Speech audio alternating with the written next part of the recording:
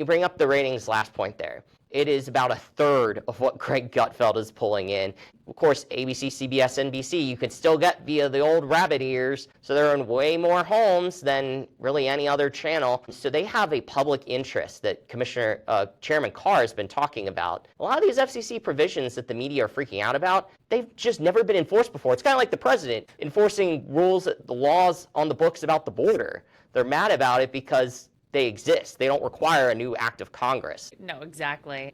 The omission stuff, I think, is very interesting. And it just made me think about the very famous, very fine people hoax, Curtis. And if anyone is curious about what that is, this is during President Trump's first term in office, where there was this incident in Charlottesville, Virginia. It was bad. You know, there was someone that was killed, and you had this group of individuals who wanted to protect a statue, a historic statue. And then you had these people who said the statue's racist and we want to tear it down. Now, mixed in with both of those groups were bad people. You had white supremacists who tried to masquerade as these people who cared about history. And then you had, you know, individuals who were trying to cause a lot of problems. I don't know if it was Antifa or Black Lives Matter or whoever these people were. But anyway, they just wanted to cause problems, right? And so when the president was asked about it, his exact speech, the exact things that he said, there were very fine people on both sides.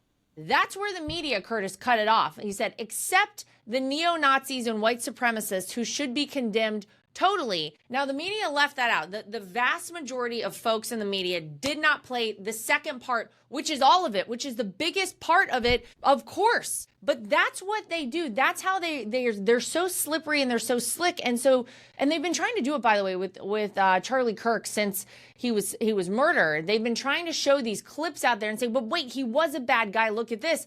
But you play the whole soundbite, Curtis, and it obviously has a completely different meaning. I feel like this day and age, we can no longer rely on these sort of outlets to give us real information. It is up to us to go out and seek that information out. You have so many sources to gather information out there. It's a different landscape than it was, decades ago. But this is up to we, the people. We've got to take this under, it's got to be our accountability. We can't rely on any of these people anymore.